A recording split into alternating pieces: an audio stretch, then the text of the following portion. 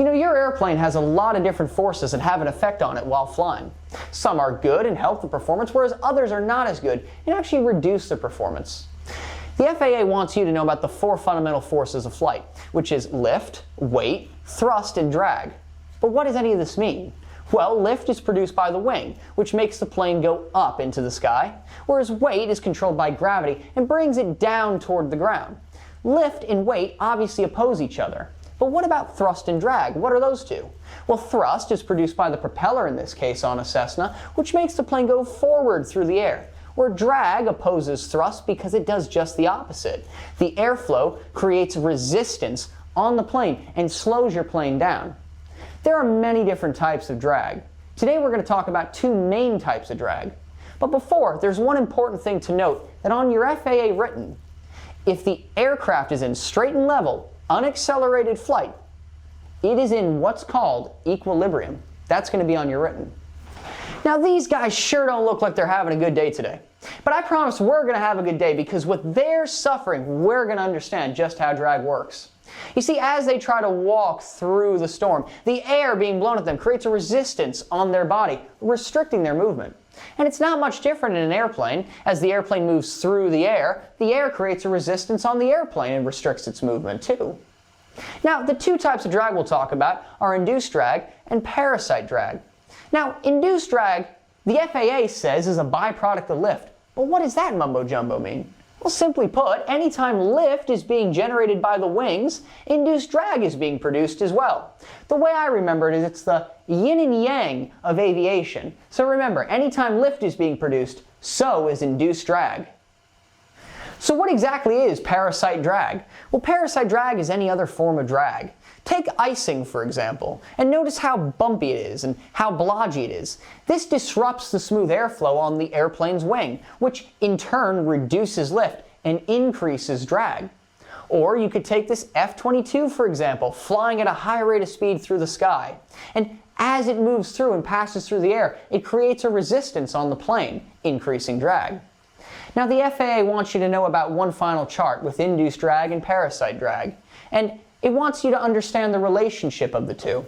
As your airspeed increases, induced drag always decreases. But as airspeed increases and induced drag is decreasing, at the same time, parasite drag always increases. But why? There's a good reason for it. Imagine going down a country road at 30 miles an hour and going down a highway at 80 miles an hour, and you have your hand out the window. It's easier to hold your hand out the window at 30 miles an hour in the country road because there's less air resistance, as opposed to at 80 miles an hour when there's more air resistance or drag.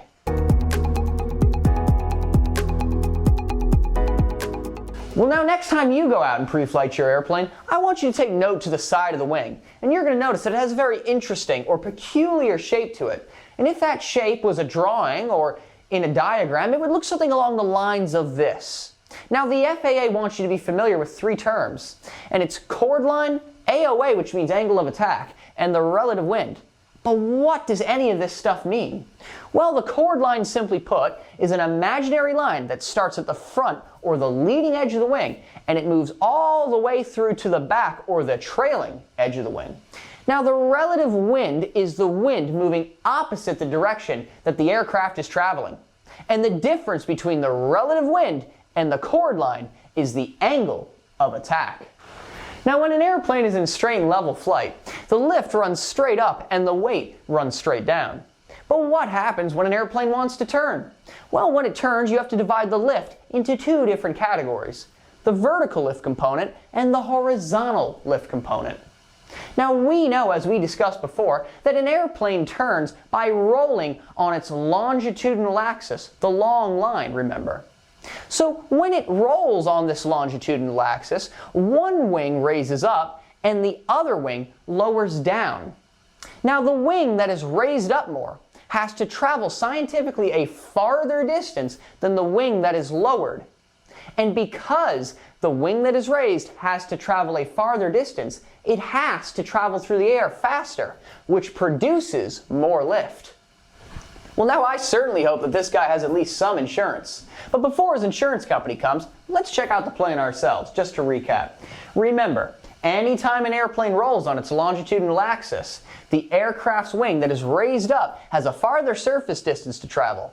Therefore, the speed of that wing moving through the air has to increase. And when the speed of the wing moving through the air increases, so does lift. Well, now anytime you turn your airplane, you're going to notice that the nose has a tendency to want to turn in the opposite direction from where you're trying to go. In the Cessna's case, it's trying to turn to the left, but the nose is trying to yaw the opposite direction to the right. Why? Well, it's a thing called adverse yaw. And if we remember correctly, anytime we raise a wing and increase the angle of attack, we also increase its lift. And anytime lift increases, so does induced drag. Now, because of the additional induced drag on the right wing, the nose has a tendency to want to yaw or turn to the right. So how do we combat this? Well, in the same situation, inside the cockpit, we're turning right and we notice the ball on the turn coordinator deflects to the right.